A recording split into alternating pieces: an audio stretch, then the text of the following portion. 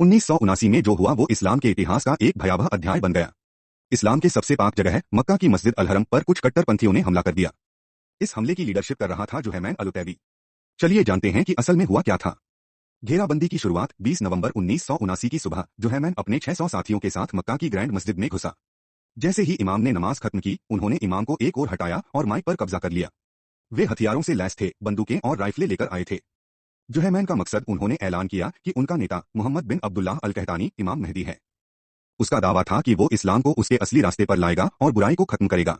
उन्होंने मुस्लिमों से उसकी बात मानने को कहा। इन कट्टरपंथियों ने कई लोगों को बंधक बनाया और सैनिकों को मार डाला। सरकार की मुश्किलें, सऊदी सरकार के सामने एक बड़ी चुनौती थी। तब के क्राउन प्रिंस फहद अल सऊद ट्यूनीशिया में अरब लीग सम्मेलन में थे। घेराबंदी खत्म करने की कोशिश, जैसे जैसे दिन बीते पूरी मुस्लिम दुनिया में तनाव बढ़ता गया। सुरक्षा बलों ने मस्जिद से आतंकवादियों को हटाने की कोशिश की, लेकिन नाकाम रहे।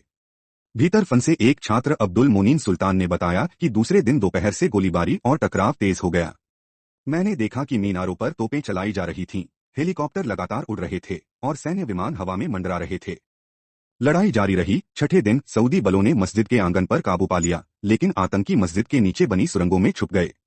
सैकड़ों कमरों और रास्तों वाले इस जाल में घुसने से पहले सऊदी फोर्स ने गैस छोड़ी। इस लड़ाई में अल कहतानी मारा गया और 100 से अधिक आतंकवादी मारे गए।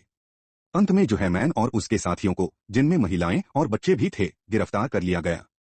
घेराबंदी का अंजाम, घेराबंदी खत्म होते ही मस्जिद की दीवारें गोलियों से छलनी हो चुकी थीं। कई निर्दोष नमाजी मारे गए। 450 से ज्यादा सैनिक घायल हुए और 127 ने जान गंवाई। जुहैमान के 117 लोग मारे गए और सैकड़ों को गिरफ्तार किया गया। सजा पकड़े जाने के बाद जुहैमान को कैमरों के सामने लाया गया। एक महीने के अंदर सऊदी अरब के 8 शहरों में 63 आतंकियों को पब्लिक के बीच फांसी दी गई। जुहैमान सबसे पहला था जिसे सजा दी गई।